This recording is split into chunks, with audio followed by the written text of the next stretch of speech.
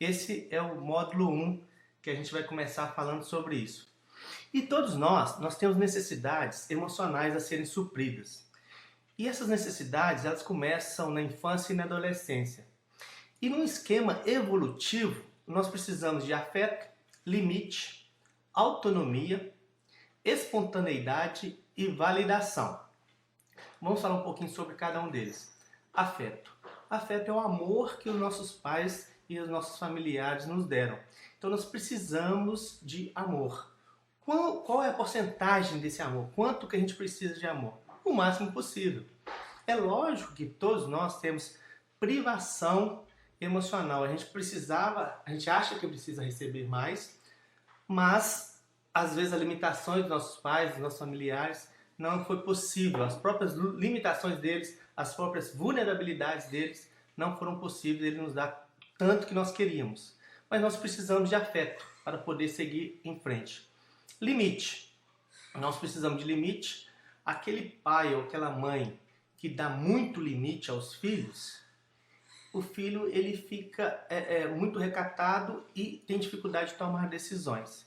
E se também não dá limite nenhum, esse filho cresce e tem problemas também emocionais graves, porque ele tem baixa resistência à frustração.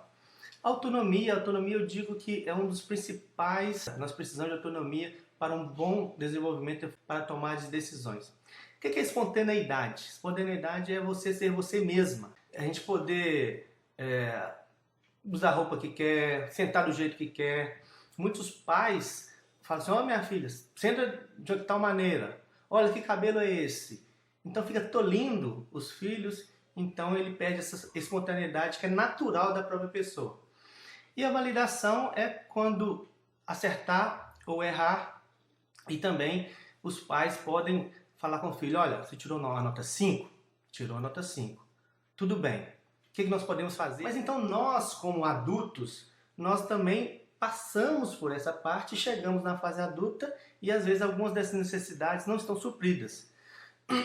Então, quando isso é disfuncional, e a gente busca muitas vezes no cônjuge, para que essas necessidades sejam supridas, aquelas necessidades que não foram supridas na infância e na adolescência.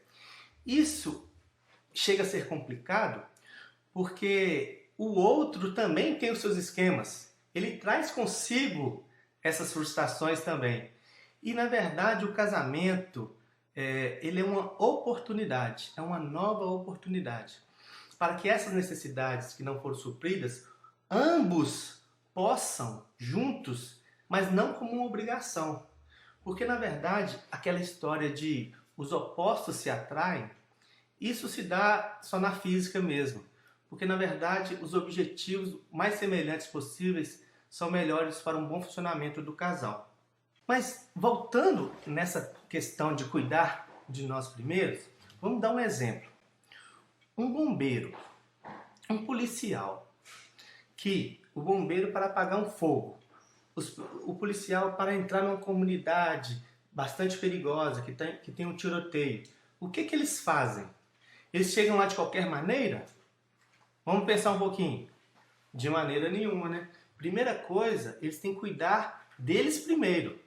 O bombeiro não vai chegar lá no fogo sem os EPIs de proteções individuais.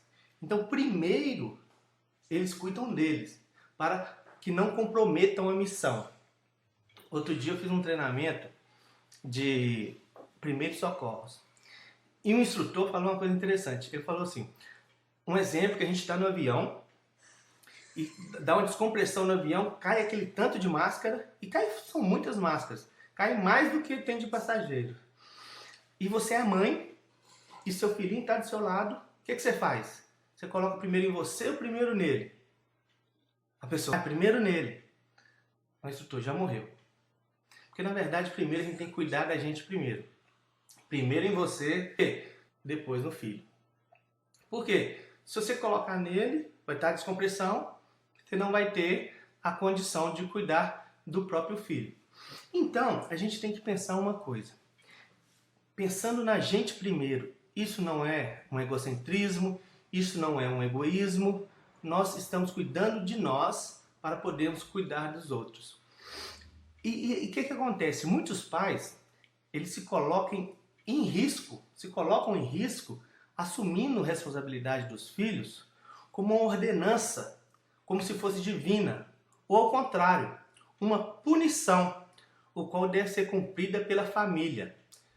Nos estágios iniciais do diagnóstico, às vezes seu filho recebe um diagnóstico, então você passa por algumas fases, umas fases bastante conhecidas, né? As fases da negação, da revolta, da negociação, da depressão e da própria aceitação, que é a última fase.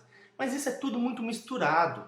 Não, às vezes você não consegue perceber se você está negando, se você está com a revolta, se você está começando a entrar num quadro mais depressivo da coisa. Mas muitos pais, às vezes, se veem no meio dessa confusão, é como se tivesse um terremoto. E nesse terremoto as estruturas da família são abaladas. Ou no meio de uma tempestade, onde passa o vento e tudo fica fora do lugar. Então, meus amigos, o que acontece? A coisa fica difícil. Nós não sabemos a quem pedir ajuda. E nós, às vezes, quando olhamos para nós mesmos, nós estamos confusos, perdidos no tempo e no espaço. Então, quando a gente quer tomar algumas decisões, às vezes atabalhoadas, a coisa não acontece de uma maneira correta. E outra vez, quando você para de tomar ação, também a coisa não vai para frente. A questão do seu filho não vai bem, a questão do seu casamento não vai bem. Então, o que nós precisamos? Nós precisamos sim de uma rede de apoio. Principalmente os pais que têm filhos com algum problema do neurodesenvolvimento, entre outros. Então, precisa de uma rede de apoio mais forte. Ela sim é necessária. Mas assim, a gente tem que pensar que primeiro a gente tem que cuidar da gente, que esse primeiro modo eu estou enfatizando bastante isso aqui.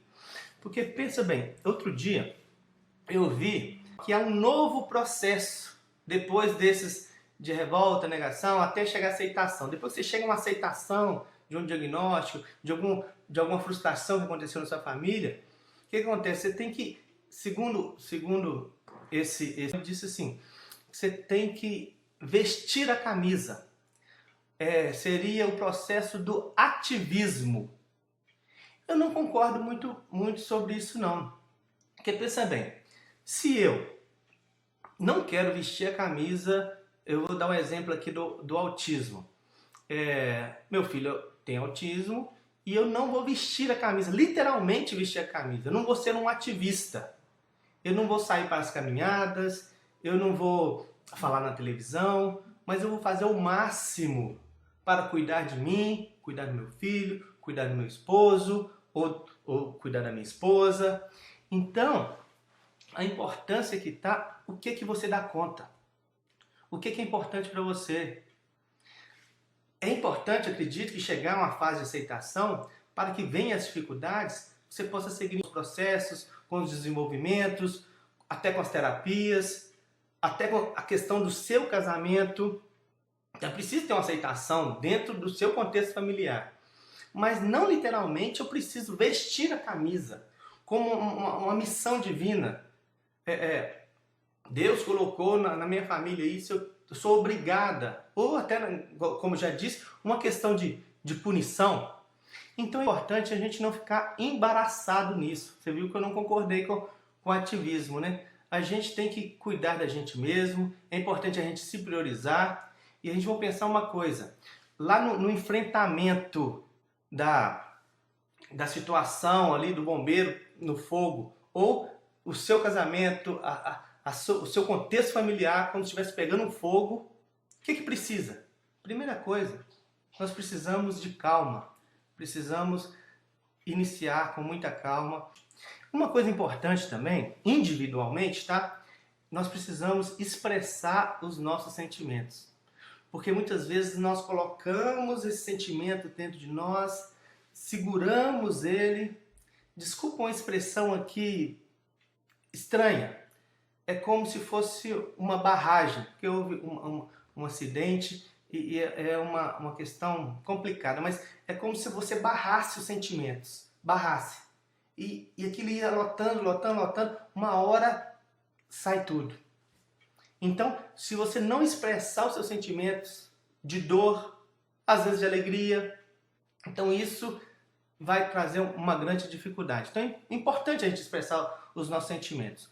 E às vezes você pode chorar alto, você pode gritar, você pode agredir um travesseiro, ligar para uma pessoa amiga, escrever seus sentimentos, escrever um diário, escrever uma carta para a sua revolta, que é uma técnica interessante, tirar um tempo de qualidade para si. Faz sentido? Não, isso aqui não faz sentido não. O que é que faz sentido? A gente tem que saber o que faz sentido pra gente. Então, o que eu faço para cuidar de mim? Eu escuto música, eu faço exercício, eu trabalho, eu saio para o meu lazer. Tudo isso continua sendo importante. Então a gente não pode guardar tudo para nós. Nós precisamos promover o autocuidado, inclusive cuidados com o corpo, que é bem interessante. Então entenda que, voltando, né, no meio de toda uma situação complicada, mas entenda que também é uma teoria, assim, que a ação precede a motivação. Se nós esperarmos termos motivação quando estamos prostrados em uma cama para levantar e fazer alguma coisa, essa motivação não vem.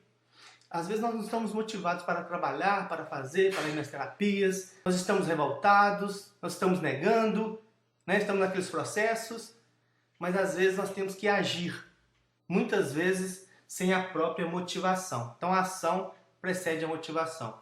Outra coisa interessante que nós temos que fazer: estude em fontes confiáveis, profissional que atende seu filho, ou que te atende, ou atende a sua família, ele pode te ajudar nisso. Não busque receitas milagrosas. Hoje em dia tem receita para tudo. Mas também não tente resolver todos os problemas de uma vez só. É um degrau de cada vez, a gente vai seguindo em frente e sempre subindo, né, no caso, aos nossos objetivos. E lembre-se, não há limites em fazer livros. Então, eu já vi muitos livros sobre cura de alguns transtornos que não tem cura.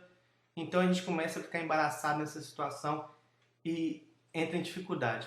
Mas é importante sim estudar sempre, buscar, não aceitar um diagnóstico literal, uma limitação na sua vida, na vida do seu filho. Não, eu vou estudar, que eu sempre posso mais. A ciência desenvolve, a ciência é dinâmica, então eu vou estar estudando sim, mas em fontes confiáveis. E agora, para a gente terminar esse primeiro módulo, o que acontece em toda essa situação que a gente é envolvido, né? A ansiedade, o estresse, os sintomas depressivos, eles podem estar presentes. Não foram convidados para estar. Então não precisa constantemente ser alimentados. Porque muitas vezes faz sentido pra gente. Acontece uma coisa ruim, nós escutamos uma música triste e deitamos num quarto escuro, faz muito sentido. Mas isso chegou sem ser convidado. Então é bom a gente não alimentar tanto, para que isso não se perpetue. Então é importante a gente se levantar sim, buscar coisas alegres, buscar coisas positivas, continuar fazendo o nosso trabalho, o nosso lazer, as nossas atividades físicas, as nossas alimentações. Então cuidar de si é propor ações positivas para o nosso próprio bem-estar. Isso de maneira nenhuma é egocentrismo.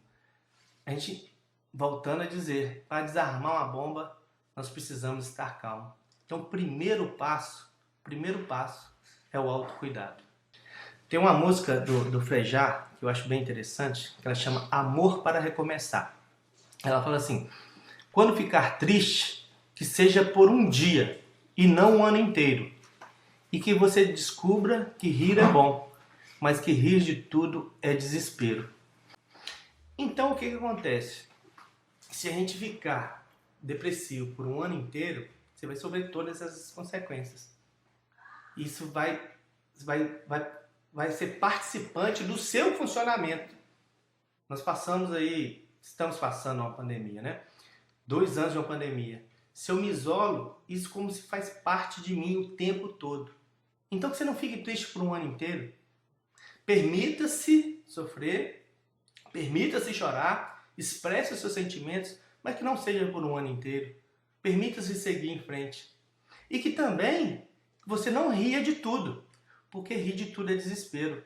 Se você acha que tá tudo bem, tá tudo maravilhoso, eu não preciso agir, isso vai passar, tá tudo bem, as coisas também não vão acontecer.